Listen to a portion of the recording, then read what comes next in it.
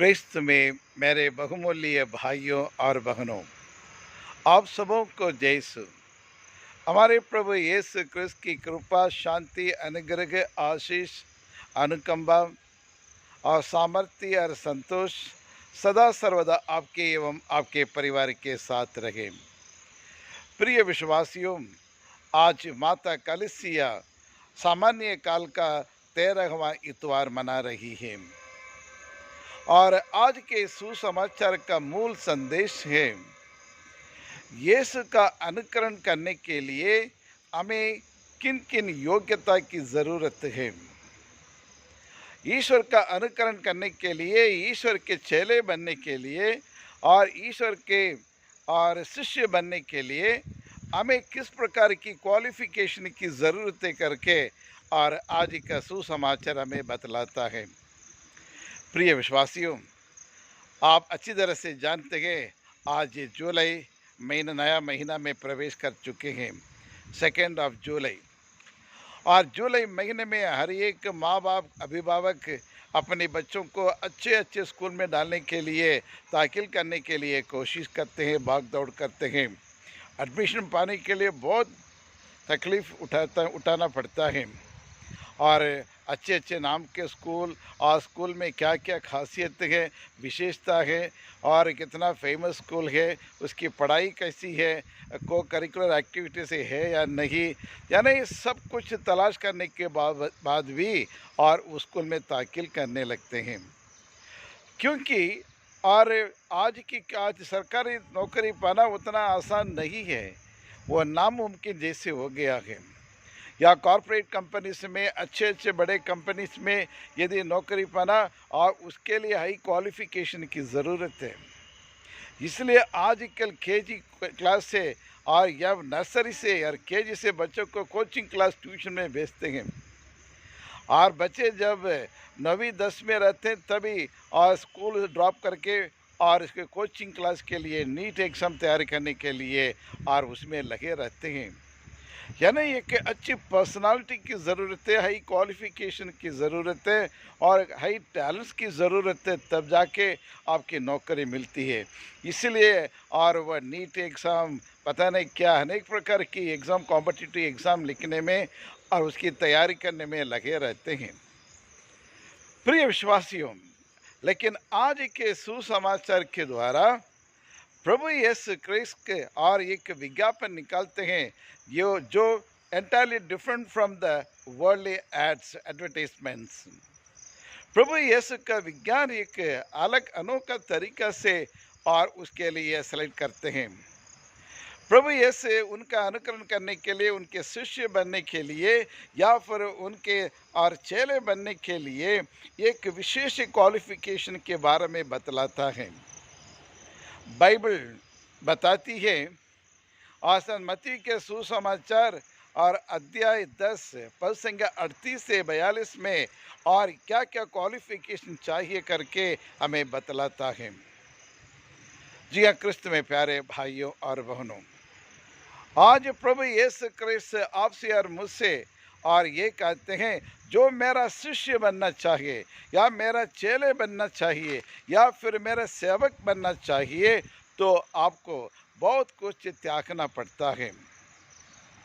आसन मत्ती रचित सुसमाचार अध्याय 10 पद संख्या 37 में कहते हैं, जो अपने माता पिता को मुझसे अधिक प्यार करता है वह योग्य नहीं है।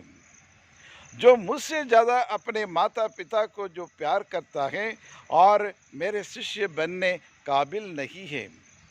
दूसरा, जो अपनी बेटी को या अपने बेटों को मुझसे अधिक प्यार करते हैं वो भी not fit for to become the disciples of me. और तीसरा, जो अपनी पत्नी को या अपने पति को या रिश्तेदार को मुझसे अधिक प्यार करते हैं और वो भी और इस मेरे शिष्य बने अनुकरण करने की योग्य नहीं है करके प्रभु यीशु क्रिस्त कहते हैं। और चौथा, जो व्यक्ति पावर, पोजीशन और अथॉरिटी और नेम एंड नेम के लिए भूखे हैं, प्यासे हैं और उससे ज़्यादा उसके लगाव हैं, ज़्यादा उसको पसंद करते हैं, वो भी मेरा शिष्य बनने लायक नहीं है। और पांचवा या छठवा ये कहें, और जो व्यक्ति इस संसार के सुख और संसार के लालच के प्रति अति के लगाव हैं, वो भी मेरा शिष्य नहीं बन सकते हैं। और अंत में और प्रभु यीशु क्रिस्त ये कहते हैं, जो सांसारिक और ये वासनाओं एवं और मोह माया के प्रति ज़्यादा लगाव है, वो भी मेरा शिष्य बनने और काबिल नहीं है करके प्रभु यीशु क्रिस्त कहते हैं। जी हाँ, क्रिस्त में प्यारे भाइयों और बहनों, आज के सुसमाचार के द्वारा और हमें एक शिक्षा दी जाती है कि और प्रभु के चेले बनने के लिए, प्रभु के शिष्य बनने के लिए और हमें बहुत कुछ त्यागना पड़ता है। सिर्फ हमारे दैनिक के जीवन में, पारिवारिक के जीवन में, ये दुनिया की चीज़ों की नहीं, बल्कि प्रभु यीशु की प्राथमिकता देना बहुत ज़रूरी है। क्या मेरे जीवन में मैं प्रभु यीशु को फर्स्ट प्लेस दे चुका हूँ? क्या मेरे परिवार में सबसे पहले ईश्वर के लिए है, ईश्वर को मैं प्राथमिकता में देता हूँ या नहीं? या किसी अन्य चीज़ों को या अन्य व्यक्ति को मैं प्राथमिकता देता हूँ? The first priority is only for God. Then only comes the world, the relatives or whoever may be. So ईश्वर के लिए जो कुछ आप देंगे और ईश्वर दुगना आपको देता है। जी हाँ प्रिय विश्वासियों, ईश्वर के लिए जो कुछ हम करेंगे या चर्च के लिए जो भी करेंगे, इस भक्ति के लिए जो भी दान धर्म आप करेंगे, जितना ईश्वर को आप देंगे और उससे अधिक कई गुना 100 गुना ईश्वर आपको देगा। जी हाँ क्रिस्त में प्यारे भाइयों और बहनों, इसलिए जब हम ईश्वर को देते हैं तो उदार मन से, with a generous heart we have to give. God loves the cheerful giver, psalmist कहते हैं। और जब भी हम ईश्वर के देते हैं और चर्च के लिए कुछ मदद करते हैं या दान धर्म देते हैं और इस भक्ति के लिए, ईश्वर के चेलों के लिए जो कुछ आप देंगे उदार मन से और हंसते हुए खुशी से, और जब उदार मन से आप देंगे तो ईश्वर और कई गुना बढ़ा के आपको देंगे करके आज के पाठ हमें ये बतलाता है। प्रिय विश्वासियों, आज के पहले पाठ भी हमें यही सिखलाता है। एक बार एक व्यक्ति, एक परिवार के 2 सदस्य, माँ बेटे दोनों चर्च से लौट रहे थे। रास्ते में माँ ने अपने 10 साल के बेटे से कहा, और ये पल्ली पुरोहित ऐसा है वैसा है, ये चर्च भी ऐसा है वैसा है करके बहुत सारे बातें और पल्ली पुरोहित के खिलाफ और चर्च के खिलाफ बोलते आ रही थी। तब बेटा ने कहा, मम्मी आपने तो सिर्फ 1 रुपया बेड में चढ़ाया, चढ़ावा में आपने सिर्फ 1 रुपये का सिक्का डाला, लेकिन 10 सवाल पूछते जा रही हो और 10 से ज़्यादा बातें करते जा रही हो करके वो उनके बेटा ने उसको ठोका। जी हाँ क्रिस्त में प्यारे भाई और बहनों, हम ईश्वर के लिए जितना देंगे और उससे कई गुना 100 गुना 70 गुना ईश्वर आपको वापस देंगे। इसलिए बाइबल कहती है, संत लूका सुसमाचार अध्याय 6 और पद संख्या 38 ये कहता है, दो तुम्हें दिया जाएगा और हिला हिला कर, दबा दबा कर और भरी हुई, ऊपर उठी हुई और को तुम देगो तो उसको उतना ही मिलेगा, क्योंकि जिस नाप से तुम नापोगे उसी नाप से तुमको दिया जाएगा, नापा जाएगा, दिया जाएगा करके और बाइबल का वचन हमें बतलाता है।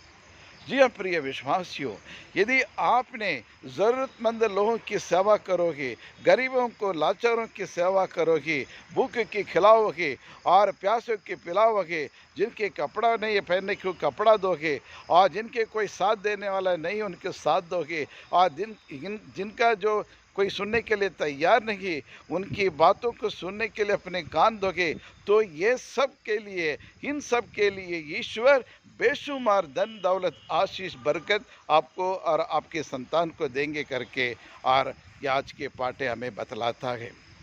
आज के पहले पाठ में आपने सुना और राजाओं का दूसरा ग्रंथ अध्याय 4 पद संख्या 8 से 16 में ये कहते हैं, नबी एलिशा वहाँ सुनैम एक नहर होकर जा रहा था।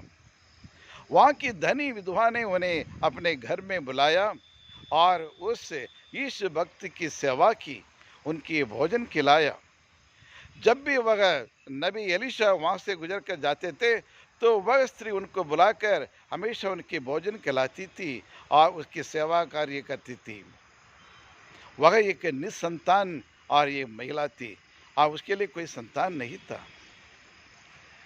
लेकिन हर बार जब भी वो एलिशा वहाँ से जाते थे, ना सिर्फ खाना खिलाती थी, भोजन खिलाती थी और उसके ठहरने के लिए एक छोटा सा एक कमरा भी बना के उनको दिया आराम करने के लिए।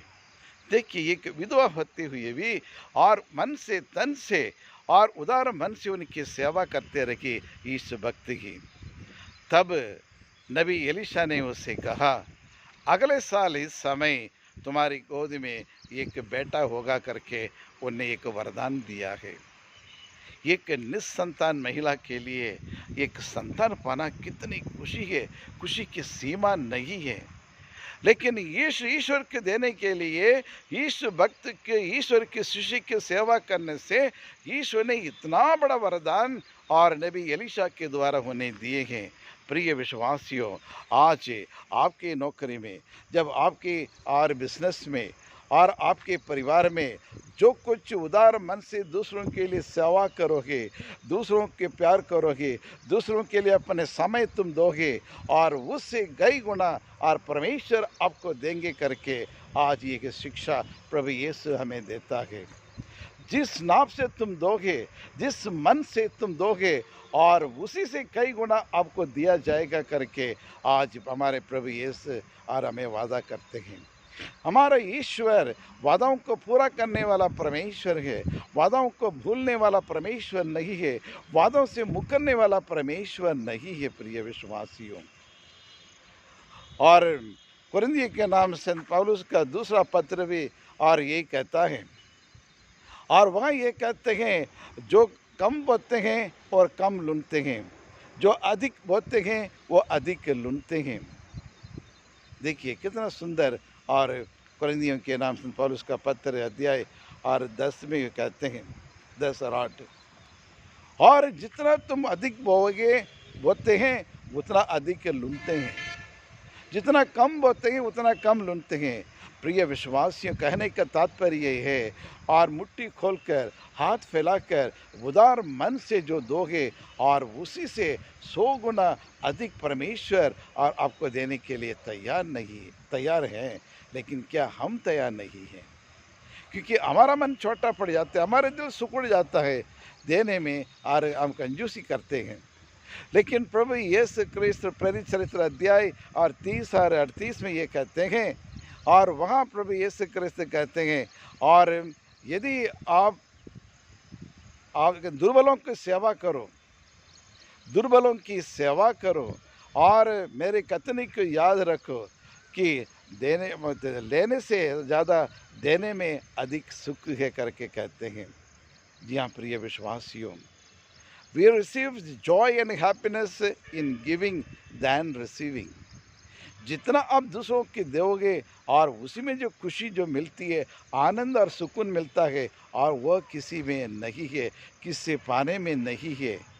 और इसलिए उदार मन बनकर आप प्रभु के समान, प्रभु ने सब कुछ दिया है, आपको प्यार किया, मुझे प्यार किया है, सारे संसार को प्यार किया है, गरीबों, लाचारों, अंधों और गूंगों, बहरों को सबको प्यार किए, अपने पास जो कुछ तो सब कुछ तो उन्हें दे डाला है। आखिर में उनके पास अपने प्राण भी सूली पर उन्हें देकर एक नमूना दिखाए हैं, मेरे जैसे गिवर बन जाओ, you become a giver like me. अपने पूरे जीवन को अर्पित किया है, जान को दिया है। प्रिय विश्वासियों, और इसी तरह यीशु के शिष्य और इस संसार को छोड़कर पूरे अपने आप को प्रभु के हाथों में समर्पित करना चाहिए। और जब भी हम दूसरों की मदद करते हैं, जब भी दूसरों को कुछ दान धर्म करते हैं, और दिल खुलकर, हृदय खोलकर और पूरे मन से तन से उनकी और मदद करनी चाहिए करके हमें बतलाते हैं। तो आइए इसके लिए हम प्रार्थना करें। हे सर्वशक्तिमान शाश्वत परमेश्वर, हम आपको धन्यवाद देते हैं, आपकी आराधना करते हैं, आपकी स्तुति करते हैं। प्रभु तेरे समान कोई ईश्वर संसार में नहीं है। ये संसार और हमेशा पाना चाहते हैं, कोई देना नहीं चाहते हैं, लेकिन आपने सब कुछ दे डाला हमारे लिए। सारी मानव जाति के लिए अपने प्राण निछावर किए हैं प्रभु।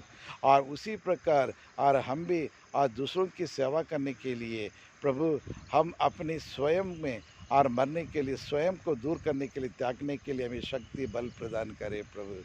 आज ये सभी बच्चे आज स्कूल कॉलेज में जो दाखिल करने के लिए बच्चे जाते हैं, उनके एडमिशन मिल अच्छे स्कूल में अच्छे एडमिशन मिल जाएं, अच्छी पढ़ाई करने के लिए ज्ञान विवेक प्रज्ञा उन्हें प्रदान करे प्रभु। सबों को अच्छे स्वस्थ उन्हें प्रदान करे।